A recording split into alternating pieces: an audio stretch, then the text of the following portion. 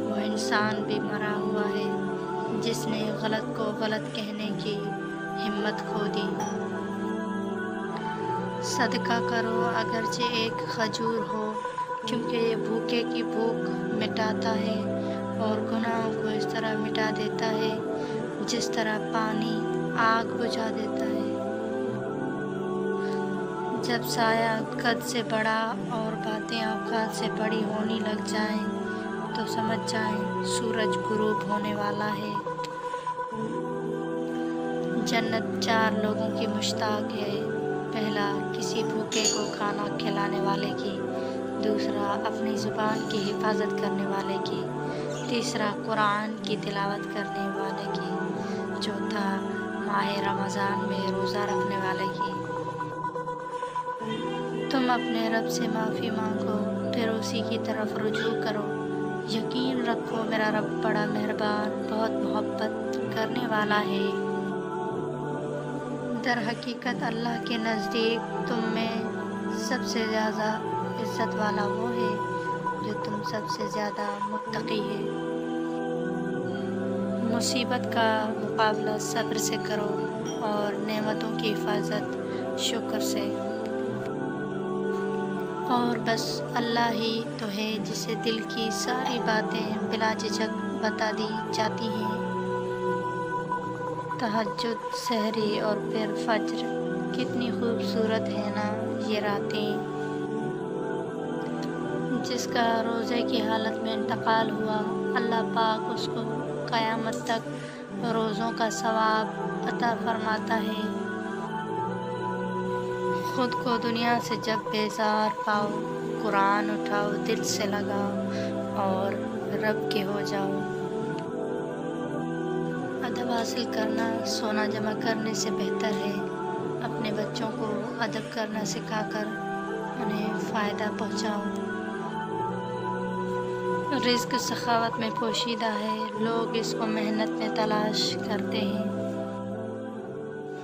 شک کو اپنے اوپر غالب مت آنے دو، ورنہ دنیا میں تمہیں کوئی بھی ہمدرد نہیں مل سکے گا۔ حق جہاں پر بھی ہو وہاں تک پہنچنے کے لیے شدید سختیوں میں بھی گھس جاؤ۔ جب حق بات پر رہتے ہوئے تمہاری مخالفت حد سے بڑھنے لگ جائے تو سمجھ لو اللہ تعالیٰ تمہیں کوئی مقام دینے والا ہے۔ دنیا کا سب سے خوبصورت پودا محبت کا ہوتا ہے، جو زمین میں نہیں بلکہ دلوں میں اگتا ہے۔ کوئی تم سے بھلائی کی امید رکھے تو اسے مایوس مت کرو، کیونکہ لوگوں کی ضروریات کا تم سے وابستہ ہونا تم پر اللہ کی عنایت ہے۔ اپنی زبان کی تیزی اس ماں پر مت چلاؤ جس نے تمہیں بولنا سکھایا ہے۔ ایک دوسرے سے بغض نہ رکھو، کیونکہ یہ خیر و برکت کے زوال کا باعث ہے۔ سورہ انعام جس مریض پر بھی پڑھی گئی اسے اللہ تعالیٰ نے شفا عطا فرمائی۔ خوشگوار ترین زندگی اس شخص کی ہے جو اللہ تعالیٰ کے تقسیم کردہ رزق پر راضی ہو۔ مخلص دوست کے اندر اتنا پیار چھپا ہوتا ہے جیسے بیج کے اندر درخت۔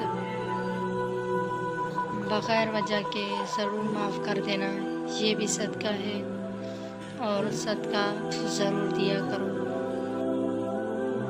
صبح کی نیند انسان کے ارادوں کو کمزور کرتی ہے۔ منزلوں کو حاصل کرنے والے کبھی دیر تک سویا نہیں کرتے۔ دل میں تمہارے دعا کا خیال تبھی آتا ہے جب اس رب نے ان کو قبولیت کا درجہ عطا کرنا ہو۔ جس نے خوف الہی سے گناہ چھوڑا، اللہ تعالیٰ اسے راضی کرے گا۔ اے ہمارے رب مجھے بخش دے، مجھ پر رحم فرما، تو سب سے بہتر رحم فرمانے والا ہے۔ سب سے خوبصورت آنکھیں وہ ہوتی ہیں جو اللہ کے خوف سے اشکبار ہو جاتی ہیں اور سب سے خوبصورت دھڑکن وہ ہوتی ہے جو اللہ کے نام سنتے تیز تیز دھڑکنے لگتی ہے۔